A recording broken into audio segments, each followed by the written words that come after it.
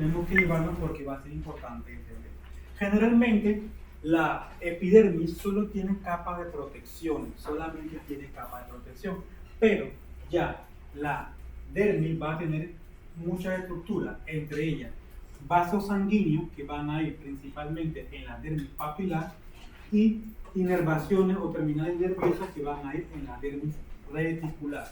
Eso es importante conocerlo para entender después del dolor de la quemadura.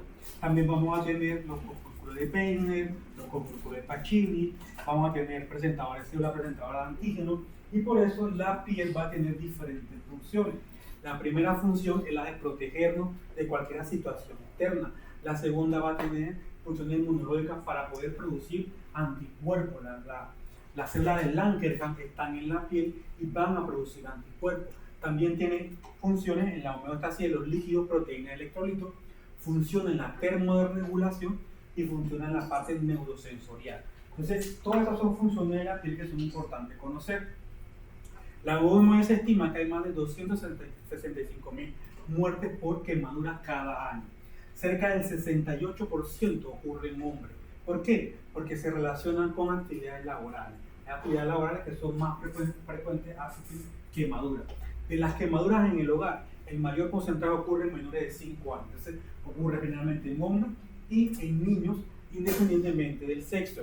Y las lesiones de vía aérea son menos comunes, que son estas que vemos aquí, solo ocurren en cerca del 10% de los casos, pero son las que tienen la mayor mortalidad. Entonces, una de las cosas que tenemos que entender de la quemadura es la fisiopatología para entender por qué la quemadura es diferente al trauma. En la quemadura ocurre una lesión en la piel, una quemadura, para la redundancia. Esa quemadura va a activar al sistema de complemento que va a activar los leucocitos y los monocitos que tenemos en sangre periférica. Esos monocitos van a expresar glicoproteínas de neutrófilos que van a adherirse a las células endoteliales, van a liberar mediadores inflamatorios, entre ellas especies reactivas de oxígeno y de nitrógeno, y van a producir lipidación de la membrana celular. Pero esto no va a ocurrir en la piel, esto va a ocurrir en todo el cuerpo. O sea que a pesar de que yo me queme la mano y las piernas, este proceso inflamatorio me va a ocurrir en la sangre periférica y me va a ocurrir en todo el cuerpo. ¿Y qué me va a llevar? A tener en todo el cuerpo trombos pequeños o microtrombos que me van a llevar a reducción de la perfusión de los órganos, no de la piel, de los órganos. Y eso me va a llevar a más proceso inflamatorio, a permeabilidad capilar, a edema, hipoperfusión, a liberación de más factores de coagulación y eventualmente a la muerte celular. ¿De qué célula? De cualquiera célula del cuerpo. Es decir, que yo me quemo la mano y puedo tener problemas en los riñones. Yo me quemo la piel y puedo tener problemas en los pulmones. Porque esto va a ocurrir en todas partes del cuerpo. Y eso lo representa muy bien Jackson en este cuadro. Jackson pone que nosotros tenemos tres zonas cuando tenemos una quemadura. La zona del centro, que se llama zona de coagulación, que es lo que ya se destruyó. Tenemos la zona de éstasis, que es la que está intermedia, que es la zona donde está llegando el flujo más o menos, y tenemos la zona de hiperemia, que es la zona que menos se quemó.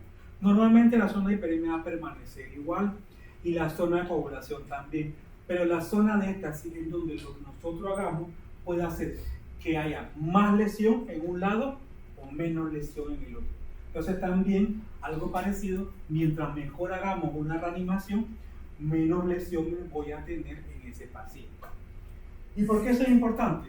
Porque, como les dije, yo me pude haber quemado las manos y los pies, pero no significa que mis lesiones van a ser en las manos y los pies. Mis lesiones van a ser en el sistema cardiovascular. ¿Y qué tiene que ver el sistema cardiovascular con la piel? No mucho, pero la inflamación que se produce se transmite al sistema cardiovascular, produciendo edema rápido en las primeras 2 horas, produciendo pérdida del espacio intersticial, produciendo pérdida del espacio oncótico en el plasma del intersticio y produciendo pérdida de líquidos hipovolémicos. Entonces el paciente va a tener hipovolemia a pesar de que se quemó en la piel. Y eso es lo que nos va a llevar a que el paciente va a necesitar líquido. A nivel pulmonar, ¿qué va a tener ese paciente quemado? Va a tener de la cascada de complemento, va a tener liberación de óxido nítrico, vasodilatación, cortocircuito y edema pulmonar. Entonces, doctor, ¿pero por qué el paciente tiene edema pulmonar si se quemó? Porque va a producir reacciones que van a llevar a que el paciente tenga edema pulmonar. ¿Todos los quemados tienen edema pulmonar? No, vamos a ver que van a hacer algunos. Pero tú dices, pregunta, ¿por qué tiene edema pulmonar si no se quemó? Por esto, porque las quemaduras pueden afectar cualquier parte del cuerpo. El metabolismo también se va a afectar. Las quemaduras van a producir un estado hipercatabólico. ¿Y qué es un estado hipercatabólico? Que van a producir que se destruya la parte muscular. Entonces va a llevar a niveles de hormonas catecolamina, va a llevar a aumento del cortisol, va a llevar aumento del glucagón y que va a producir degradación del músculo esquelético. Entonces este músculo esquelético se va a deprimir. Pero tienes un paciente que tiene una quemadura y que hoy tiene músculo así y que mañana o a los 2 o 3 días tú lo ves como el músculo se vuelve así. ¿Por qué? Porque el paciente está en un exceso de destrucción de músculo para tratar de compensar las quemaduras. Entonces todo esto nos lleva a que este paciente que más pierde peso rápidamente. A nivel hematológico dijimos que va a producir hemoconcentración y va a cortar la vida de los eritrocitos. Normalmente un eritrocito dura 120 días, pero en las quemaduras, por la hipovolemia, por la hemoconcentración, dura aproximadamente 60 días. O sea, se acorta la mitad de la vida. Pero produce coagulación que va a llevarnos a tener microtrombos por todos lados y va a llevarnos trombocitopenia que va a producir macroplaquetas y vamos a tener problemas de coagulación. Y eso le ocurre probablemente a muchos de los pacientes que tengan las quemaduras. A nivel renal, también va a haber coágulos que van a disminuir el flujo renal y nos van a llevar a lesiones directas como hemólisis, hemoglobinúria o sepsis a nivel renal. Entonces, vemos que a pesar de que las quemaduras ocurren en la piel, se comportan como un evento sistémico que puede darnos alteración en cualquier órgano de nuestro cuerpo. Es por eso que se comporta diferente al trauma. A pesar de que es un trauma, la quemadura tiene su propio acápite por ser un trauma diferente en el comportamiento. Entonces, una vez nosotros ya sabemos cómo es la quemadura y cómo se comporta, tenemos que aprender a clasificar. Y la primera clasificación de la quemadura la hizo Ambroise Paré, que era un cirujano barbero francés que estudiaba la parte de las quemaduras y él clasificó las quemaduras en base a lo que leía. ¿Qué decía Ambroise? Ambroise decía, las quemaduras que se ven nada más que la piel está íntegra, o sea, nada más por fuera, se llaman quemaduras de primer grado. Las quemaduras que producen ampollas se llaman quemaduras de segundo grado. Y las quemaduras que la ampolla ya no existe y se ve lo que está abajo, se llaman quemaduras de tercer grado. Esa fue la primera clasificación que él sostuvo. Esa clasificación parecida es la que utilizamos hoy en día, que se llama clasificación de Coward-Smith. Y no es exactamente la misma, pero es lo más parecido que tenemos. Las quemaduras de primer grado son quemaduras superficiales y que involucran solo la epidermis. Entonces, solo la parte de afuera se ve quemada. ¿Cuál es el ejemplo típico de la quemadura de primer grado? La quemadura solar. Usted va para la playa, se broncea, se pone rojo y tiene quemadura de primer grado. Esa quemadura que produce dolor, produce síntomas, en menos de 7 días se cura y no produce cicatrización. No deja secuelas. Entonces esa es la quemadura que abarca la epidermis. ¿Qué parte de la epidermis? Todas las partes. El estrato lúcido, el estrato corto, el estrato basal. Mientras ocupe la epidermis, es una quemadura de primer grado. Cuando la quemadura ya abarca no solo la epidermis, sino también abarca la dermis, entonces se llama quemadura de segundo grado. Pero vamos a tener dos tipos de quemadura de segundo grado. La quemadura de segundo grado superficial y la quemadura de segundo grado profunda. ¿Y de qué va a depender? De qué parte de la dermis aparta. Si es la dermis papilar, que es la dermis que está más arriba, entonces superficial, y si es la dermis reticular, que está más abajo, entonces la dermis en segundo grado profunda. Entonces, ¿por qué eso es importante? Porque vamos a tener sintomatologías y vamos a tener diferentes. Cuando tú tienes una quemadura de segundo grado papilar, dijimos que en la parte papilar que hay muchos vasos sanguíneos. Esta quemadura produce mucho más sangrado que la quemadura más profunda. produce mucho dolor porque las terminales nerviosas están en la dermis reticular. Entonces quedan expuestas las terminales nerviosas y producen mucho dolor y produce flictena. Las flictenas van a estar ahí. Entonces esta quemadura generalmente va a producir piel roja o rosada, edematosa, mucho, pero mucho dolor. Es la quemadura que más dolor nos va a producir y probablemente va a demorar de 7 a 10 días en cicatrizar y probablemente pueda requerir debridación quirúrgica. No todas van a requerir debridación quirúrgica, pero algunas. Cuando tenemos una quemadura de segundo grado, pero profunda, vamos a apretar la dermis reticular. Y esta quemadura va a producir reducción de la sensación del dolor. ¿Y por qué? Porque va a haber áreas donde las terminales nerviosas no van a existir. Porque las terminales nerviosas, ¿dónde están? En la dermis reticular. Y si se fue un pedazo de la dermis reticular, hay lugares donde no va a haber terminal nerviosa. Por eso, la superficial duele más que la profunda. La profunda sangra menos que la superficial porque aquí se van los vasos sanguíneos, aquí están los vasos sanguíneos. Aquí ya se fueron los vasos sanguíneos. Entonces, son ciertas características, por esto esta es más blanca que rosada, que roja, y esta probablemente sí requiere un manejo quirúrgico. Y por último, entonces, vamos a tener la quemadura de tercer grado, que son las que abarcan la epidermis, la dermis y el tejido subcutáneo, o sea, todo lo que está. ¿Y qué tiene esta quemadura? Esta quemadura no duele, no duele. El paciente que tiene quemadura de tercer grado no tiene dolor. ¿Y por qué?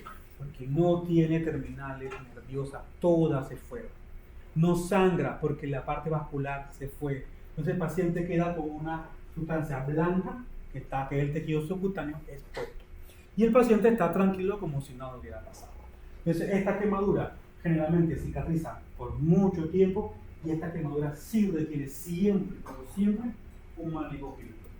Y también te da la quemadura de cuarto grado, que casi no la vemos, que es esta que está aquí, que esta quemadura ya abarca todo. Ya se quemó todo y prácticamente lo que queda es la fascia o el músculo o el hueso expuesto. Entonces estas quemaduras pues realmente son terribles, las de cuarto grado, y pues son casi que el paciente no se va a salvar. También existe otra clasificación que es parecida a la clasificación de Benaí, donde ellos ponen la clasificación en A, A, B y C. A, primer grado, curación espontánea de 3 a 14 días, que habíamos dicho que son las quemaduras solares.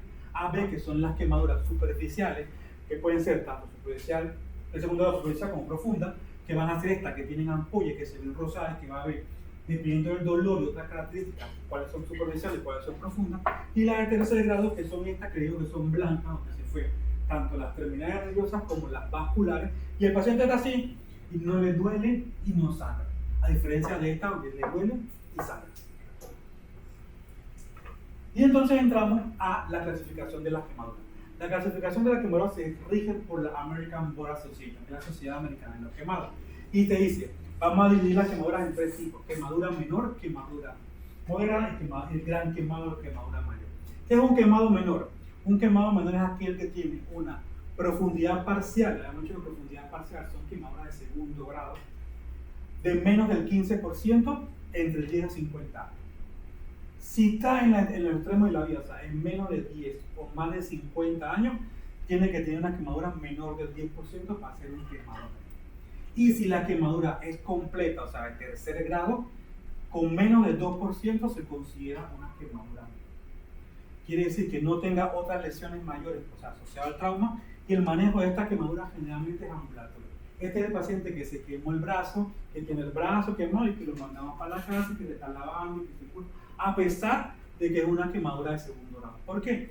Porque es una quemadura que con esa superficie no nos va a producir todas las lesiones que vimos antes en la fisiopatología. Este quemado se maneja en la casa. ¿Cuándo una quemadura es moderada? Cuando es de segundo grado, o sea, superficial o profunda, entre 15 a 25%, entre 10 a 50 años. O sea, en nosotros que estamos. Si son los extremos de la vida, o sea, 10 o 50 años, menos de 10 o más de 50, con 10 a 20% pueden ser suficientes para que sea una quemadura de moderada. Y si es una quemadura de tercer grado, menos del 10%.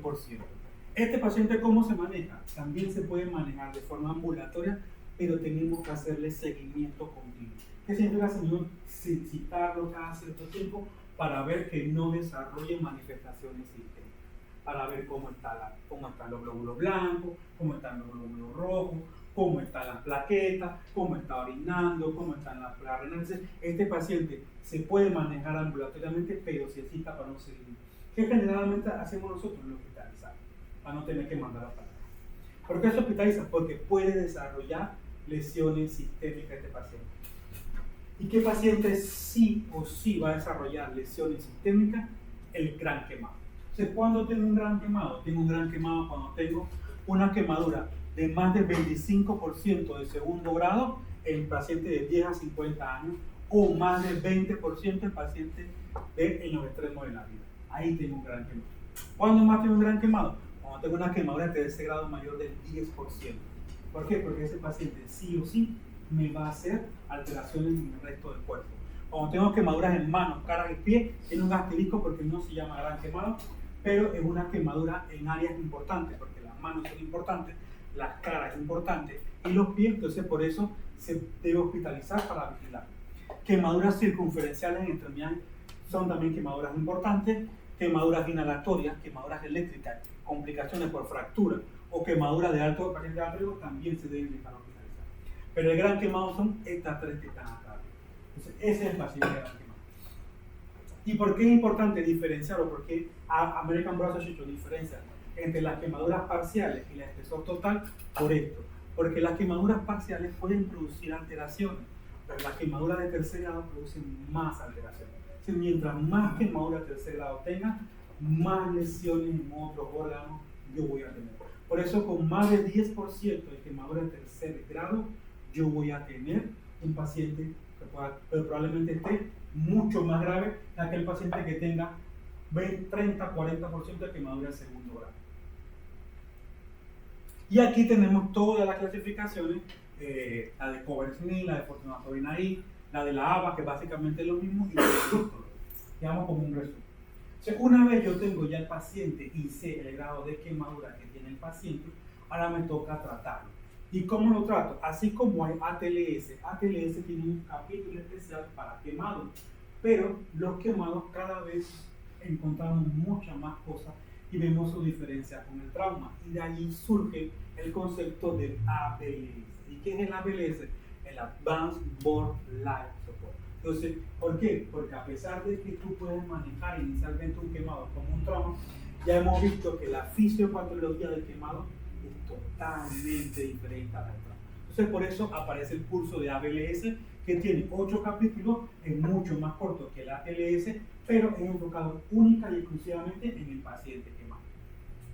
Entonces, el manejo inicial del paciente quemado siempre va a ser, pues con lesiones térmicas deben ser evaluados con un enfoque pues sistematizado, priorizando las lesiones que ponen en peligro la vida del paciente. Como cualquier paciente trauma, siempre vamos a buscar cuáles van a ser las lesiones que van a poner en la vida del paciente. Porque no solo el quemado probablemente tenga las quemaduras, puede tener otras lesiones concomitantes. Entonces, por eso, ABLS te dice, utiliza el A, B, C, D, E, y le agregamos la F. Entonces, la A, vía aérea, la B, respiración, la C, circulación, la D, disability, la E, exposición, pero la F, fluido. Porque este paciente sí va a necesitar que le pongamos bastante líquido, porque eso no se va a complicar. Entonces, la A, ¿qué voy a hacer? Lo mismo que hice antes, voy a proteger la vía aérea de un paciente. La prioridad siempre va a ser la vía aérea de este paciente. ¿Y por qué? Porque estos pacientes pueden tener algo que se llama quemadura de la vía aérea. Y la quemadura de la vía aérea es bastante compleja. Pero cuando un paciente se quema la vía aérea por la cara, el paciente te puede llegar, nos puede llegar, y el paciente nos puede decir, nos puede narrar toda la historia de lo que pasó, cómo se quemó, qué fue lo que pasó, y se está riendo con nosotros. Pero por dentro de este paciente tiene una serie de cambios que más adelante se van a complicar. Entonces, por eso nosotros sospechamos que el paciente tenga quemadura de vía aérea, tenemos que asegurar la vía aérea antes que nos produzca la lesión. ¿Y cómo sospecho eso? Pues si el paciente tiene quemaduras en la cara, ya yo tengo que sospechar que ese paciente pueda tener quemadura de vía aérea. Si ese paciente tiene un puto carbonato, cuando todo se bota una flemita como negra, como gin, bota el esputo como gin, ya tengo que sospechar que ese paciente no puede hablar mucho, que tenga sibilancia, que cambie el tono de voz, todas esas cosas, que no tenga vibrisa, que están acá, que las cejas estén peladas. Todas esas cosas nos hacen sospechar que el paciente pueda tener quemadura labial. Ese paciente que tiene quemadura labial va a hacer edema de toda esa área y al rato no va a poder ventilar porque va a estar muy hinchado. Entonces yo tengo que asegurar la vía aérea desde antes, aunque ocurra eso, porque si no, cuando ya ocurre, pues va a ser muy difícil poder hacer. Entonces por eso se hace mucho énfasis en las quemaduras diarias para asegurar la vía aérea profilácticamente. Aunque el paciente esté hablando, que aunque no haya narrado toda su historia, nosotros le aseguramos la vía aérea. La B, igual que lo que vimos en antes. La B es para ocultar los ruidos bilaterales, para evaluar la ventilación, pero también para ver si el paciente tiene quemaduras circunferenciales en cuello y tronco. Las quemaduras circunferenciales, que significa circunferenciales, que son en su totalidad, van a producir edema. Una quemadura en el brazo y abarca todo el brazo me va a producir edema. ¿Y qué va a producir edema? Va a comprimir esto y va a producir un síndrome compartimental. Eso mismo que puede ocurrir en el brazo, me puede ocurrir en la pierna, me puede ocurrir en el abdomen, me puede ocurrir en el pecho, me puede ocurrir en el cuello. Entonces, por eso, las quemaduras circunferenciales hay que verlas literalmente temprano y hay que tratarlas tempranamente. La C es lo mismo que vimos en antes: acceso venoso, evaluación de la presión arterial, la frecuencia cardíaca y siempre mirar las quemaduras circunferenciales para hacer la esclerotomía respectiva. Siempre hay que mirar al paciente. Cuando voy a tener acceso venoso, ¿qué tengo que hacer? Mi primera opción para un acceso venoso es una vena periférica del área no quemada. Siempre buscando. Doctor, que tiene 70% de quemadura. Pues vamos a buscar si hay una opción de poner un catéter venoso central en área no quemada. Siempre buscamos el área no quemada. Doctor, pero es que no encuentro una forma de ponerlo. Bueno, tenemos tercera opción, una vena periférica en el área quemada. Y de última opción, la cuarta opción, una vena central en el área quemada. Entonces siempre vamos a priorizar tratar de buscar el área no quemada. Mientras más quemadura tenga el paciente, más difícil va a ser nosotros conseguirle poder canalizarla. Pero tenemos que intentar. ¿Y por qué esto es importante? Porque si yo utilizo las áreas quemadas, tengo más riesgo de infección del linfocito. Y eso pues lleva a infección del paciente y más tarde lleva a mayor mortalidad. Entonces, por eso utilizamos esta área no quemada. Déficit neurológico, hacemos lo mismo, buscamos. Hay que sospechar que muchos de estos pacientes quemados pudieron haber inhalado humo. Y por eso siempre hay que buscar la escala de Glasgow y la función persistente. ¿Por qué? Porque pudieron tener lesiones por inhalación. Porque aparte de que se quema, pues produce humo y el humo también puede producir lesiones. Vamos a verla ahorita más adelante. Y lo último, entonces, es la E, que lo vimos adelante, es poner al paciente. Estos pacientes, generalmente, si tienen un collar o una cadena, nosotros la dejamos, no la quitamos, ese paciente en área quemada va a ser edema. Y después de eso va a ser difícil quitarlo. Por eso hay que removerle todos los collares, aretes, accesorios, prendita, que si pulsera, que si tobillera, que si el piercing. Todo eso hay que removerlo porque todo eso puede hacer edema más adelante. Hay que calentar el ambiente y usar mantas limpias y siempre en el paciente quemado hay que evitarle enfermedades a todos los pacientes. Siempre hay que hacer la evaluación secundaria, evaluar pues toda la parte de la quemadura, evaluar todas las lesiones y aquí pues sí tenemos que enfocarnos en imágenes, análisis de laboratorio. Acá sí pedimos mucho más laboratorio que en el paciente con trauma, porque el paciente con quemadura sí tiene más lesiones como vimos que el propio paciente con trauma. Y después de toda la revisión, entonces nosotros vamos a calcular la cantidad de quemadura. Miren que la hacemos probablemente después de que revisamos que el paciente está bien, le hemos puesto líquido, lo hemos reanimado, entonces nosotros vamos a proceder a calcular cuánta quemadura tiene el paciente. O sea que no es lo primero que hacemos buscar cuánta quemadura tiene. Después que nosotros ya lo estabilizamos, entonces vamos a aplicar y vamos a buscar cuánta superficie corporal se quemó este paciente. ¿Y cuáles métodos utilizamos? Generalmente utilizamos 3 métodos. 1, la regla de los 9 o ley de Wallace o regla de Wallace. 2, la regla de la palma de la mano. Y 3, la fórmula de Landau. La regla de los 9 es la que mayormente vamos a utilizar porque es la más fácil y la más amigable. La palma de la mano lo utilizamos cuando son quemaduras pequeñas y solo el Landau lo utilizamos cuando son niños. Porque los niños vamos a ver que se comportan diferentes para los adultos. Entonces, la ley de Wallace, ¿qué te dice? Que nosotros vamos a dividir el cuerpo en 9. La cabeza mide 9, incluyendo el cuello, mide 9. ¿Qué significa? Que 4.5% es de aquí hasta acá y 4.5% es de acá hasta acá. Entonces, si yo me quemo toda la cara anterior hasta el cuello, me quemé 4.5% de superficie corporal. El brazo mide 9 hacia acá y 9 hacia acá. Si lo desglosamos, digamos 4.5 aquí, 4.5 acá, 4.5 acá y 4.5 acá. O sea, mide 18. Si yo me quemo toda la cara anterior, ¿cuánto me quemaría? 9%. Si yo me quemo la parte de acá arriba solamente anterior, 4.5. Si me quemo todo el brazo, 18. Te dice que el pecho mide 9 adelante y 9 atrás. Entonces, si yo me quemo el tórax anterior, mido 9. Y si me quemo el tórax circunferencial, 18. Lo mismo ocurre con el abdomen, que incluye, que no incluye los genitales. Hasta aquí, hasta la parte de la sínfisis púbica, todo el abdomen son 9 hacia adelante y 9 hacia atrás. Y hacia atrás sí se incluyen los glúteos. Los glúteos forman parte de los 9. Entonces, todo esto con los glúteos sería 18. Y las piernas también miden 9. 18, 9 hacia adelante y 9 hacia atrás.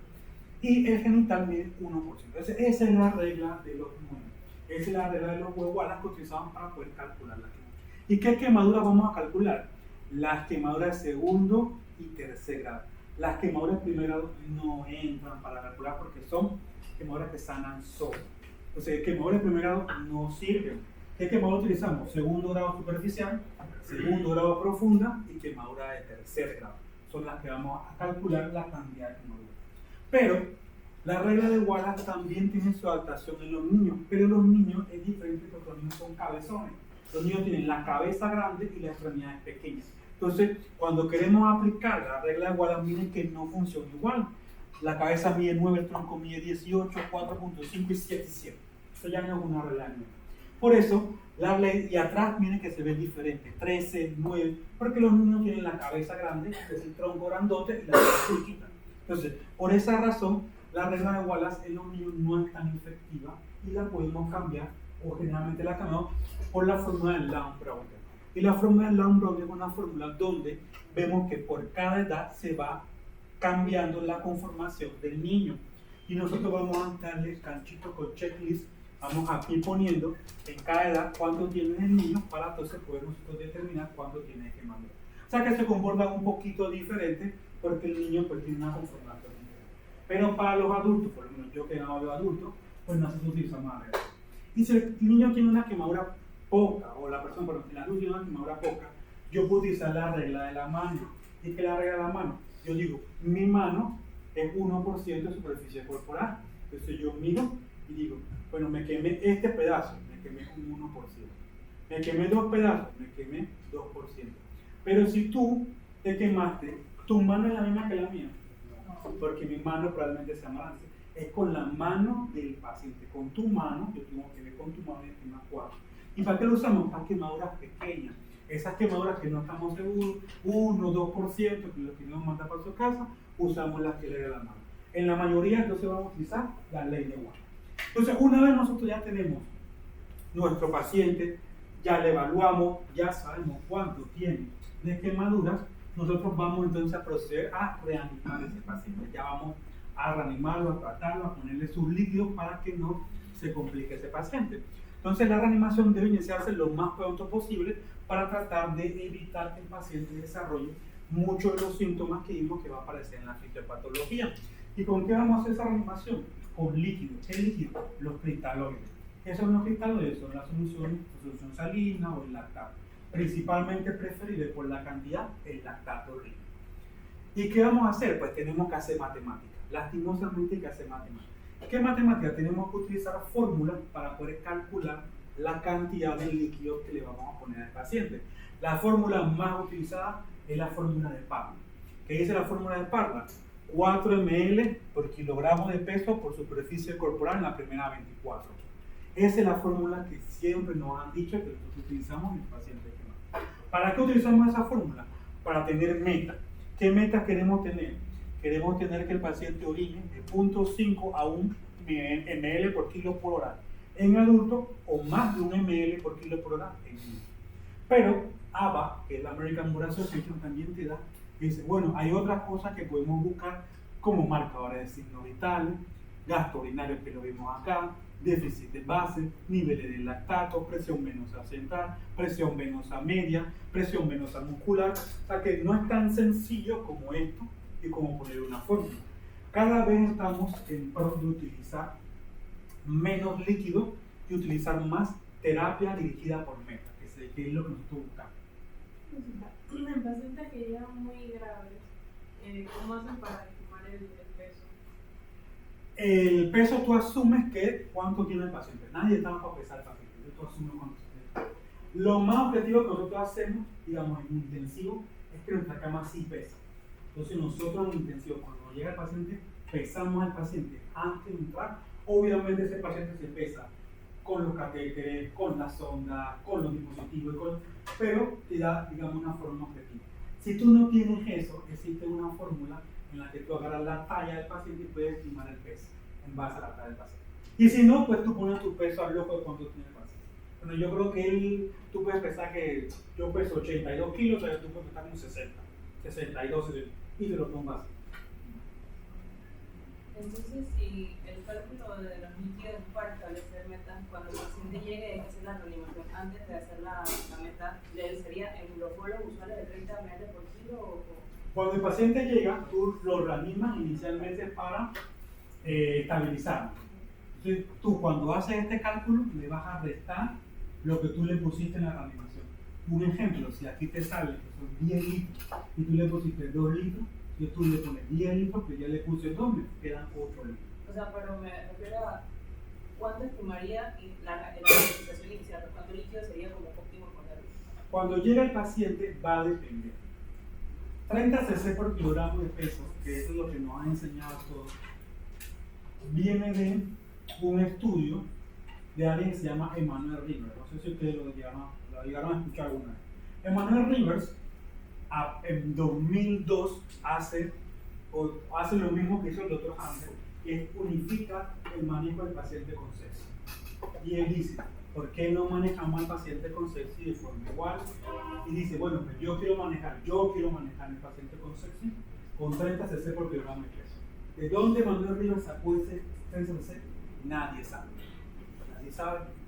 Pero 30 cc se estableció, eran 2 litros. 30% es 2 litros y Emanuel Rivers le ponía 2 litros al paciente.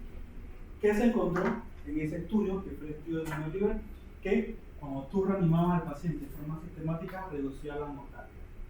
Y aparece lo que se llama el Early Goal Direct Therapy, la terapia temprana dirigida por meta.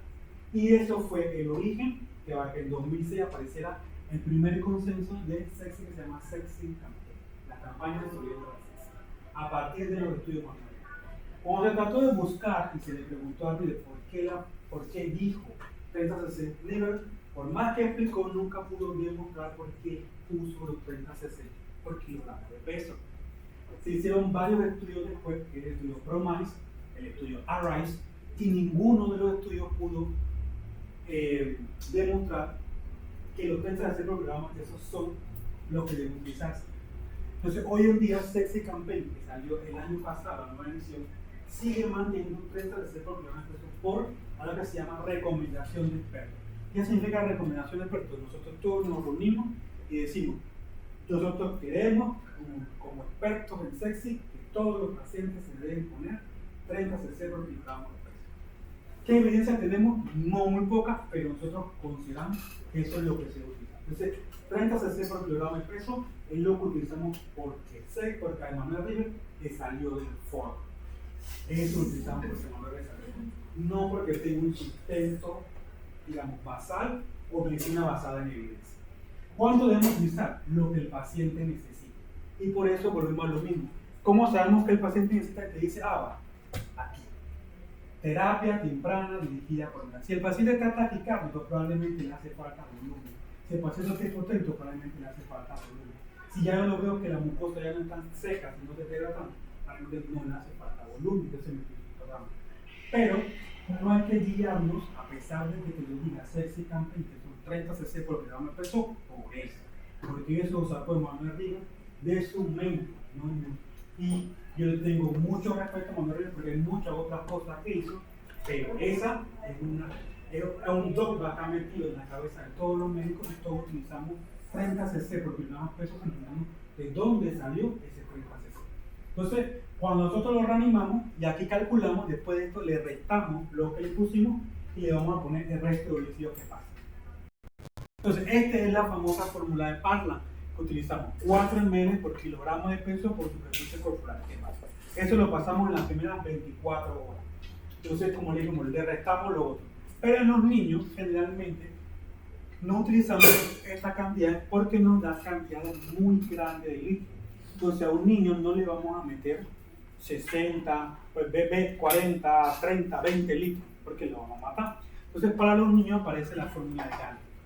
La fórmula de Gallagher generalmente lo utilizamos en niños, la Gallagher Cincinnati y la fórmula de Parlan utilizamos en niños. Sin embargo, cuando un paciente tiene más de 35% de superficie corporal quemada, la cantidad de líquido que tenemos que ponerle generalmente es mayor de 20 litros. Usted se imagina meterle 20 litros, alguien aquí toma 20 litros de agua en un día. Imagina meterle 20 litros a una persona de agua en un día, lo que nosotros esperemos que va a pasar. Entonces, ¿qué parece? Brooke dice, si tú le pones 20 litros a un paciente, literalmente tú lo vas a matar.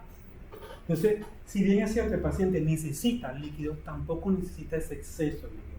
Por eso, todo paciente que tenga quemaduras mayor de 35%, la fórmula de Parlan se deja de utilizar y se utiliza la fórmula de Brooke. ¿Y qué cambia Brooke? Nada más quita el 2, el 4 y pone 12 ml por kilogramo de peso por superficie corporal quemada. Entonces, esa es la fórmula de Brooke modificada, que lo que hace es que para pacientes que tengan mucha quemadura, nos baja la cantidad de litros, para que nadie le meta 20 litros a nadie. No hay un límite, pero normalmente pues no le vamos a meter 20 litros a nadie. Entonces, para los niños podemos utilizar la fórmula de Parlan, o podemos utilizar la fórmula de Cincinnati, o podemos usar la de Gallagher. Generalmente utilizamos la de Gallagher, que es la más común. Cuando hablan del porcentaje de niños tomados en todo esto, o sea, son niños hasta qué edad? Hasta 15 años. Se consideran niños y Blom Brown lo ponía aquí hasta 15 años. Por encima de 15 años ya lo consideras adulto. Doctor, ¿cuál era el límite de proceso? 35. Todo quemadura por encima del 35%, la fórmula de Parlan deja de ser la mejor y se recomienda la fórmula de Brooke modificada. Entonces, ABLS te da este cuadro, que es lo mismo, porque ABLS tiene la última revisión de 2023, no está tan reciente, y te pone que en todos los pacientes ya deben utilizar la fórmula de Brooke. 2 ml de lactato por kilo por superficie corporal quemada. Pero, a pesar de que ABLS lo diga, ATLS y el resto siguen manteniendo el 35%. Lo pongo acá para que lo sepan que lo dice ABLS, pero todavía no lo hemos integrado en su totalidad y todavía ATLS 2025 te recomienda fórmula de Brooke modificada y fórmula de Parlan cuando elimina el 35%. Y en quemaduras eléctricas, ABLS te recomienda 4 ml por kilogramo por superficie corporal quemada. Es decir, solamente se recomienda en quemaduras eléctricas. Si vieron que en todas estas quemaduras en antes recomendábamos la colocación de lactato o solución salina, principalmente lactato. Y no recomendábamos el uso de coloides, o sea, no recomendábamos el uso de albúmina. Entonces, la mayoría de los estudios que se han hecho con albúmina en el paciente quemado han sido malos. Entonces, por eso generalmente en la reanimación del paciente quemado no se utiliza albúmina, se utiliza lactato. ¿Por qué no utilizamos solución salina? Porque la solución salina produce algo que se llama acidosis hiperclorémica. Entonces, para evitar eso, utilizamos lactato. ¿Qué utilizamos en el paciente quemado? Lactato. Cuando el paciente quemado tenga más de 24 horas, nosotros podemos comenzar a utilizar albúmina. Entonces, la recomendación es de utilizar 0.3 a 0.5 de superficie corporal quemada luego de las primeras 24 horas. ¿Por qué? Porque ya no estamos reanimando, sino estamos manteniendo, estamos solo en mantenimiento. Sin embargo, hoy en día existen algunos estudios que te dicen que tú puedes comenzar a utilizar albúmina a partir de las 12 horas. Pero esos son algunas personas. ¿Qué te dice la normativa? No albúmina en las primeras 24 horas, albúmina después de las primeras 24 horas. Y tampoco utilizar solución salina hipertónica en ningún paciente quemado. Porque hay gente intrépida que se le ocurren muchas cosas. Entonces, ¿qué te dice American Board Association, la ABA, que es ABLS?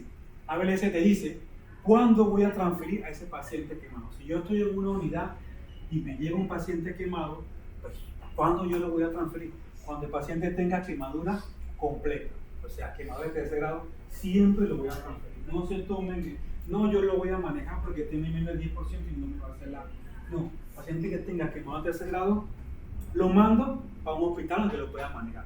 Paciente que tenga quemaduras parciales mayor del 10%, dice, mándalo porque tú no sabes si puede hacer otro tipo de eso, pero tú lo mandas. Pacientes que tengan comorbilidades, pacientes que tengan quemaduras parciales que involucren manos, cara, genitales, pies, periné, hay que mandarlo. Entonces, eso digamos son algunos, lo pongo ahí como algunas situaciones para saber cuándo van a referir. No todo el mundo va a ser especialista y tú mucho vamos a trabajar en servicio de urgencia, tenemos que saber cuándo mandar a un paciente quemado, aunque el paciente esté hablando, aunque me diga, doctor, yo no quiero ir, doctor, yo me siento bien, doctor, no, por favor, eso está lejos. Usted tiene que decirle, señor, tengo que mandarlo porque si yo no lo mando y usted le pasa algo, es mi responsabilidad porque está claro que ese paciente tiene que buscar una atención porque se puede complicar. Otra cosa que siempre hay que investigar es si el paciente tiene lesiones por inhalación. Las lesiones por inhalación son lesiones que generalmente ocurren por intoxicaciones, por gases, por obstrucción de la vía aérea o por lesiones de la vía respiratoria. Pero más comúnmente ocurren aquí en Panamá lesiones por inhalación por gas. ¿Y dónde van a ocurrir esas lesiones por inhalación por gas? ¿Dónde creen que dónde más ocurre? ¿En qué lugar físico? En los push button, en las casas de ocasiones, en los moteles. ¿Por qué? Porque se meten al push button, dejan el carro encendido, el carro libera dióxido de carbono y se intoxican con el dióxido de carbono en un lugar cerrado. Entonces eso lleva a intoxicación con monóxido de carbono. ¿Y qué hace el monóxido de carbono? El monóxido de carbono lo que hace es que tiene más afinidad por el oxígeno y desplaza el oxígeno en la hemoglobina. Entonces usted tiene una hemoglobina, pero no transporta oxígeno. ¿Qué transporta? CO2. Se está transportando CO2 sin transportar oxígeno. Entonces usted poco a poco se va desoxigenando y va apareciendo lo que se llama la carboxihemoglobina. ¿Y cómo trato eso? Bueno, ¿cuáles serían los síntomas? Usted está ahí, comienza con cefalea, confusiones, estupor, coma y convulsiones. Y después se muere de hipoxia porque no le está llegando oxígeno. ¿El tratamiento cuál es? Colocarle oxígeno, porque usted necesita oxígeno que desplace. Pero si usted le pone una cánula nasal, se va a morir el paciente porque la cánula nasal no brinda suficiente oxígeno para quitar el monóxido de carbono. ¿Cuánto da el oxígeno a la cánula nasal? Dependiendo de cómo tú lo pongas, da 2, 16, 21%. Es una máscara facial, te da 20, 25, 30%, tampoco te sirve. Te sirve este dispositivo que se llama máscara sin reinhalación, para poder que el oxígeno te mantenga al 100% y que pueda desplazar el monóxido de carbono. Si nosotros no tenemos esto, la mayoría de las otras cosas no nos va a quitar la intoxicación por monóxido de carbono. Entonces tenemos que usar terapia hiperbárica con oxígeno. El único hospital que tiene terapia hiperbárica con oxígeno en Panamá ahora mismo es el Hospital Nacional. El resto no tiene terapia hiperbárica. Entonces, si no tenemos acceso a esta y no tenemos oxígeno, pues podemos colocarle hidroxicobalamina de una forma transitoria para poder bajar esa carboxihemoglobina mientras el oxígeno funciona. Entonces, siempre hay que preguntar si el paciente estuvo encerrado, si el paciente estuvo atrapado, si el paciente, porque a veces el paciente llega inconsciente y pensamos que es que está dormido, que está borracho, y es que tiene una quemadura, pero también tuvo una intoxicación con monóxido de carbono. Cuando sospechamos, como digo, una lesión de la vía aérea superior, que son aquellos pacientes que tienen la nariz quemada, que están tosiendo, que se les dificulta, que tienen expuesto carbonazo, que tienen la ceja quemada, que la boca está quemada. Entonces, en esos pacientes, pues siempre hay que mantener elevación de la cabeza y el tronco y hay que tratar de intubación temprana en estos pacientes. ¿Por qué? Porque van a hacer unos edemas de la vía aérea y después no vamos a poder manejar. ¿Cómo manejamos el edema de la vía aérea? Pues no se maneja con corticoides, porque los corticoides en este paciente no desinflaman tanto, no van a desinflamar el virus y no van a ser más propensos a que hagan infección. ¿Qué utilizamos? Mucolíticos, que es el famoso N-acetilcisteína, que es el Menazol.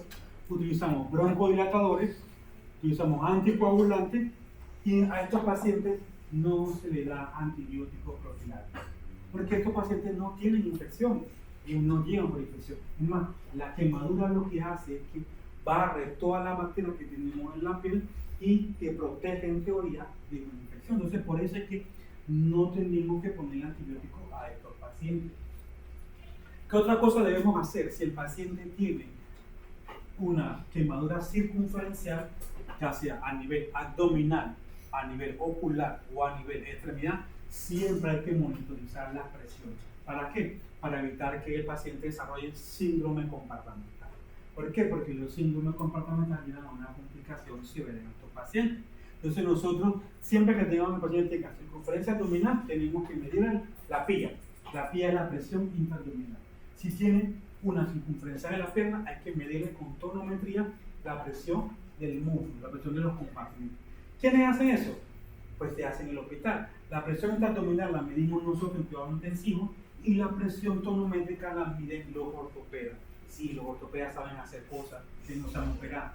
Saben medir presión, no mucho, pero sí saben medir. Entonces, tú llamas y envías un tonómetro y miden la presión de la pierna. ¿Para qué es eso importante? Para saber que ese paciente va a desarrollar o no un síndrome comportamental. ¿Qué es un síndrome comportamental? Es que la presión es tan grande que hace que la sangre no circule y se isquemiza el área. Y si se isquemiza el área, se muere el paciente. Siempre hay que tener cuidado de la herida. Entonces la herida siempre hay que lavarla. Lavar la herida, cubrir la herida y el manejo de la ampolla, que sigue siendo controversial. ¿La herida con qué se lava? Con solución salina. Pues con solución salina se lava. ¿Cuánta solución salina? La suficiente para poder tratar de cambiar la temperatura y pues quitar todas las o el resto de piel que queda ahí o el resto de sustancia que hay. Entonces eso se lava con abundante agua hasta que uno considere que la herida está limpia y libre de situación. Siempre hay que recordar, por eso es que la herida puede doler, sobre todo en las quemaduras de segundo grado superficial, son las que más. Entonces ustedes no se olviden del dolor de la herida. Doctor, tiene la aflictena. La aflictena tiene propiedades. La aflictena lo que hace es que se pone, la aflictena aparece en quemadura de segundo grado. ¿Por qué? Porque como la epidermis está arriba y la quemadura se forma en la dermis hace un exudado que está rico en proteínas para poder revitalizarse, pero tiene la cobertura arriba que está la epidermis y eso es la ampolla. Ese exudado que está ahí, generalmente en la mayoría de las situaciones, son exudados que son ricos en proteínas para poder restablecer la propia dermis. Entonces son proteínas que se han liberado ahí para poder restablecer. Por eso tiene propiedad la aflictena, tiene su utilidad mantenerla. Sin embargo, pues va a depender de qué escuela tú utilices. Hay unos que te dicen que puedes romperla o que no la rompas.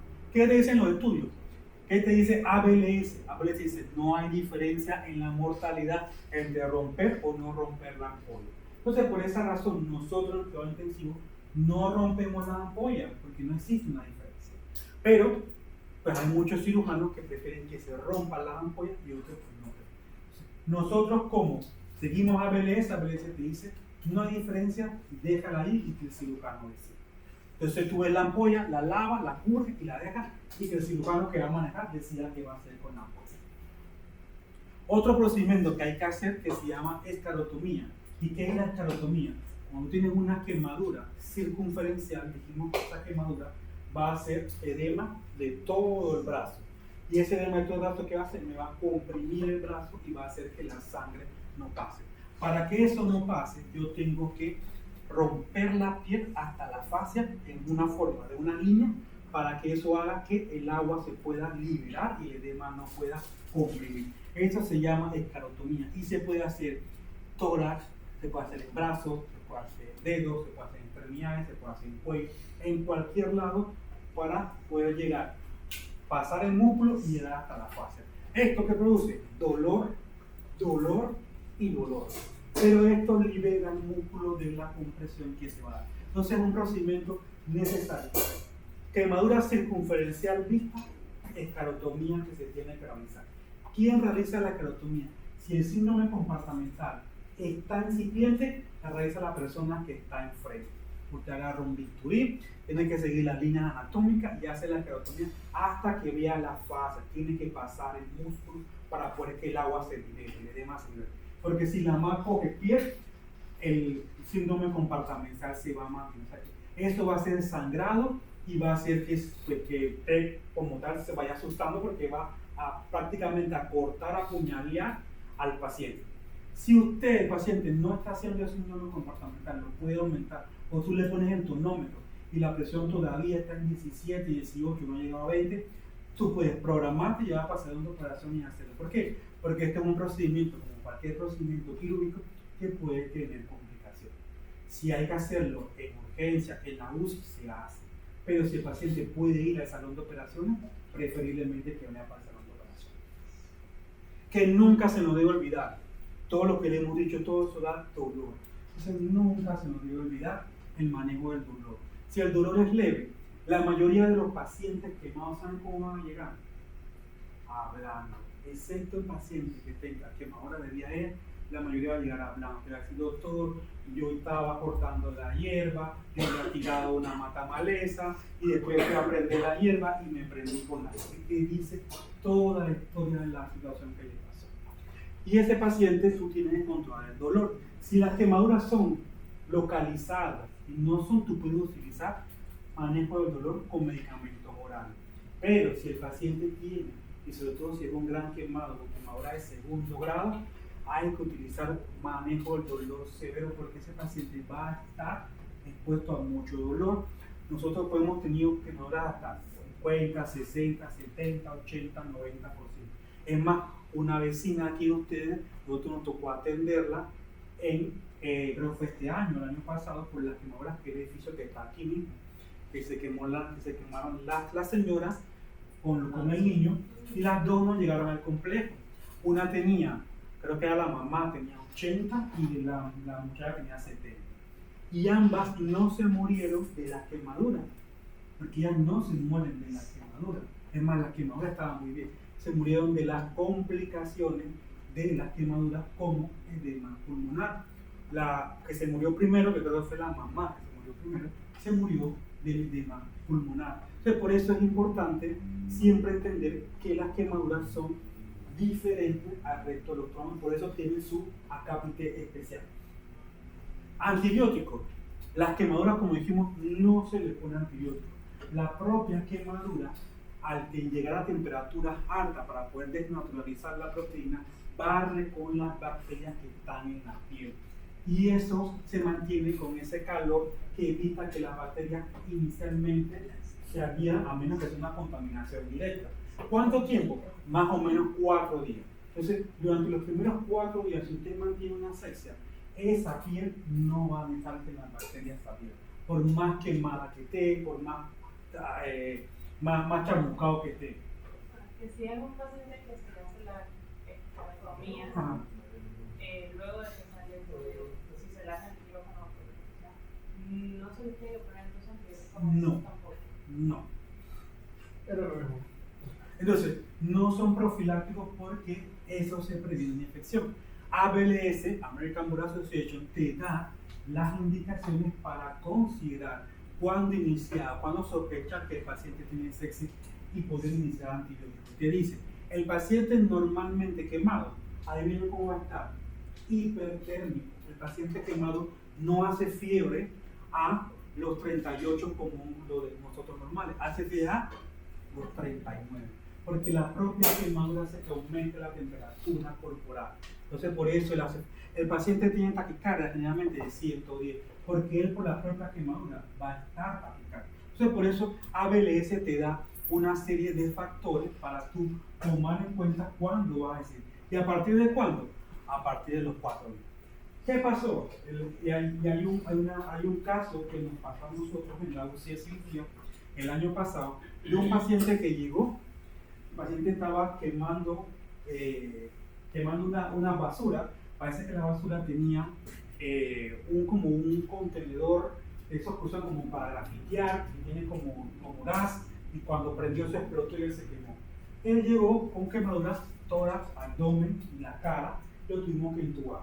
Se supone que él no debía hacer un proceso infeccioso porque él está llegando con una quemadura por fuego directo y a los 2 días el paciente me hizo un shock séptico infeccioso y se murió.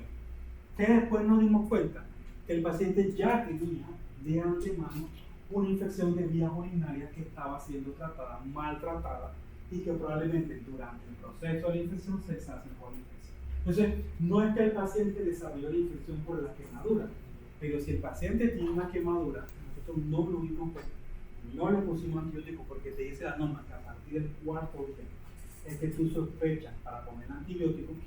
Nos sorprende mucho que al 2º día el paciente hiciera shock séptico y se murió. Entonces, son enseñanzas que uno va valorando y que uno tiene que ir buscando en el paciente, porque a pesar de que el paciente normalmente por la quemadura no nos va a hacer el shock séptico, puede venir con la infección desde antes, se puede exacerbar y se puede morir antes de los pacientes. Pero ABLS es claro, no antibiótico, 4 días después tú sospechas la infección, entonces le da antibiótico. Una pregunta, ¿ese paciente de tener una enfermedad renal? No tenía enfermedad renal, pero sí tenía una infección urinaria. La anticoagulación es importante en este paciente porque dijimos que la quemadura lleva al paciente a tener trombo. Entonces el paciente va a estar en lo que se llama estado procoagulante. ¿Qué es estado procoagulante? Que va a hacernos trombos. Y los trombos nos van a llevar a lesiones mortales. Por eso a estos pacientes hay que ponerle heparina para tratar de disminuir el riesgo de coágulos. ¿Desde cuándo, doctor? Desde que llegue a ponerle heparina. Incluso si el paciente tiene quemadura de vía, no sé si vieron, recuerden que le puse que hay que ponerle heparina, tanto nebulizada como heparina subcutánea, que es lo que utilizamos nosotros. Y siempre hay que tener precaución con los pacientes de falla renal, porque acuérdense que la heparina en los pacientes de falla renal permanece más tiempo y puede llevar a sangrado. Estos pacientes tienden a desarrollar, dijimos, falla renal. Entonces nosotros siempre tenemos que vigilarlo para tratar de que no nos desarrolle coagulopatía inducida por nosotros mismos. Otra medida, siempre que, y esto para trauma también, siempre hay que buscar la vacunación toxoide tetánico de estos pacientes si tienen una lesión por hierro, si tienen una puñalada, si tienen un balazo, y si no sabemos si están vacunados, pues hay que vacunarlos porque no podemos permitir que en el año 2024 tengamos que es totalmente prevenible. Y también tenemos otras medidas que podemos utilizar que cada vez están tomando más importancia, como la kentancerina o como la vitamina C en estos pacientes humanos. Y de eso vamos a hablar un poquito de la vitamina C, que es probablemente el que más hoy en día nos está haciendo eficiente, porque nosotros aquí en Panamá solo tenemos 2 unidades de quemado. La unidad de quemado del Hospital del Niño, que la maneja la doctora Marvin Corro, y la unidad de quemado del Hospital Santo Tomás. Nosotros en la Caja de Seguro Social no contamos con unidades de quemado.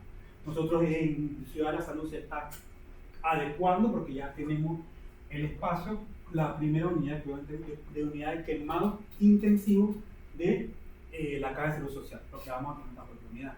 ¿Y por qué es importante? Porque los quemados, digamos, son los pacientes más complejos de todo el espectro de trauma. Por eso que hemos visto todas las cosas que le pueden pasar al quemado.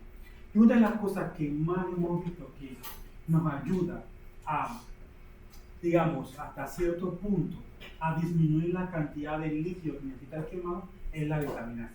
Cada día hay más estudios de vitamina C colocada en el paciente quemado para reducir la cantidad de líquido. Pero, ¿cuánta vitamina C? Hasta 66.6 miligramos por kilo por hora. ¿Saben cuánto eso es? Hasta 20 gramos de vitamina C por día. ¿Cuánto necesitamos una persona normal de vitamina C? 1 o 2 gramos. Eso es lo más que nosotros necesitamos. Ya con más de 2 gramos podemos sobrepasar los efectos adversos de la vitamina C. Nosotros estamos poniendo 20 gramos por día a estos pacientes. ¿Y qué encontramos con estos estudios? ¿Qué se encontró? Que cuando tú le colocas esa dosis alta de vitamina C, reduce la cantidad de líquido del 40% en la primera hora. Y este protocolo nosotros lo estamos haciendo en la unidad de cuidados intensivos con los quemados y sí estamos viendo resultados parecidos. Y eso reduce el tiempo en ventilación mecánica y mejora la sobrevida del paciente quemado. Entonces, por eso cada día más estamos en pro de utilizar la vitamina C en el paciente quemado. ¿Qué otra cosa es importante en el paciente quemado? La nutrición. ¿Y por qué? Porque dijimos que el paciente quemado está en un estado de catabolismo y pierde músculo. Y si tú pierdes músculo significa más inflamación. Entonces, ¿qué te recomienda?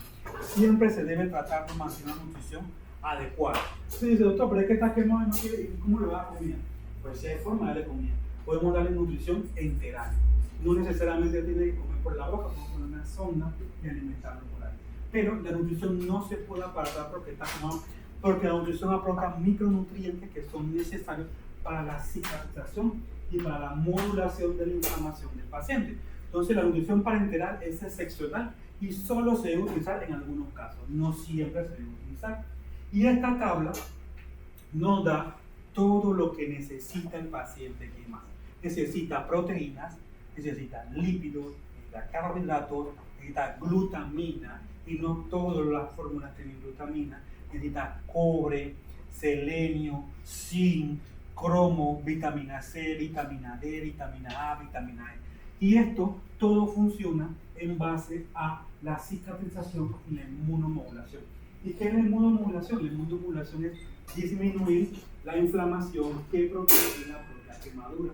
Entonces, por eso cada vez más vamos en la importancia de la nutrición en el paciente quemado, la importancia de la vitamina por el paciente quemado, para evitar que ese paciente quemado me haga el edema de pulmón, para que me haga la falla renal, para que me haga la trombocitopenia, para que me haga todo ese tipo de situación.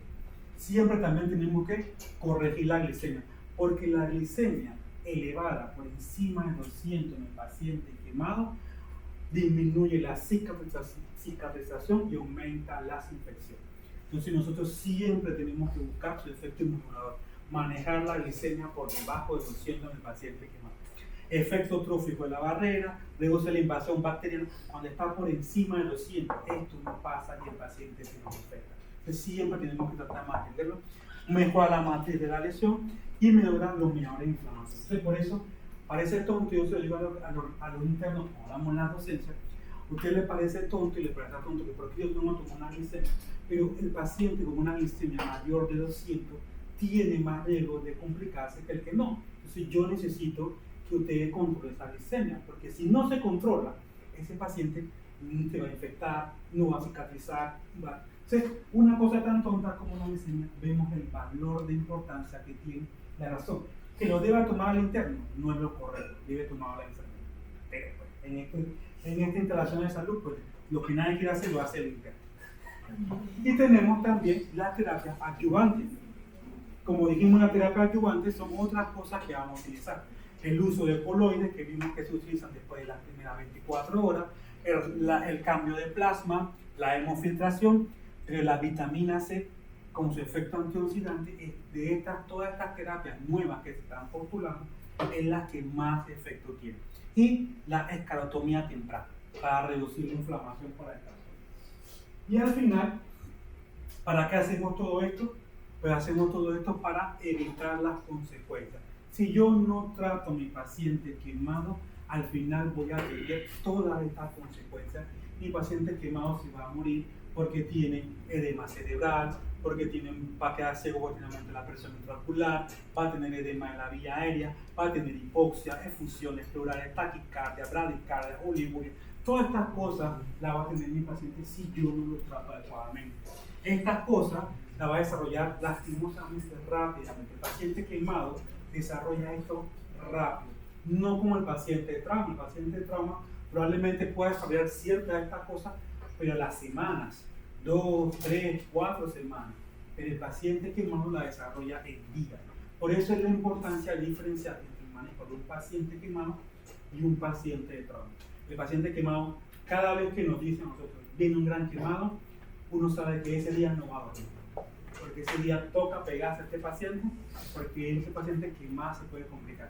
Si tú te pegas al paciente en las primeras 24 horas, no significa que el paciente va a salir, pero tiene más porcentaje de riesgo de salir que si tú lo abandonas las primeras 24 horas y lo quieres agarrar tardíamente. Porque lastimosamente, tardíamente, pues ya no hay mucho caso. Y esta es una quemadura de tercer grado. Este es un paciente que está hablando, miren que no está intubado, está de espalda, él mismo se echó, él decía todo el cuento, él nos hablaba, se reía, y pensaba, ah, eso no es nada. Lastimosamente este paciente falleció. ¿Por qué lo ponemos ahí? Porque vemos la importancia de que las quemaduras, a pesar de que parecen relajo y parece que eso no le va a pasar nada, este paciente tenía 18% acá, más lo que tenía en las piernas, que creo que tenía como 30 y tanto por ciento, y él pensaba que como él estaba bien y no se había afectado las caras ni nada, no le iba a pasar nada. Al final hizo falla orgánica, hizo edema de pulmón y este paciente murió.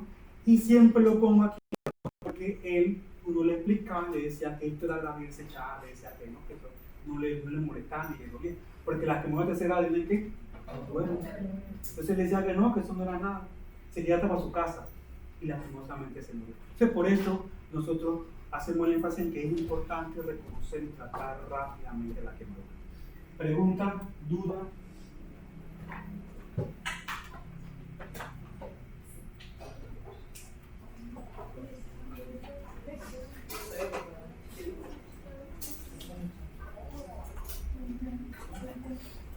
Doctor, el tema de las quemaduras también viene de la clase, ¿no? Sí, de la clase, sí. El de quemaduras.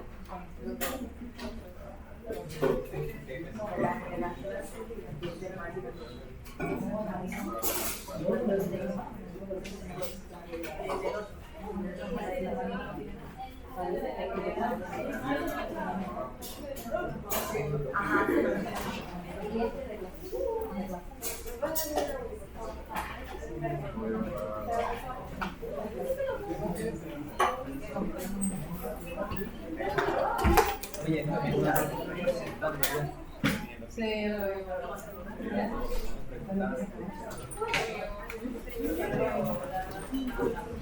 Sí.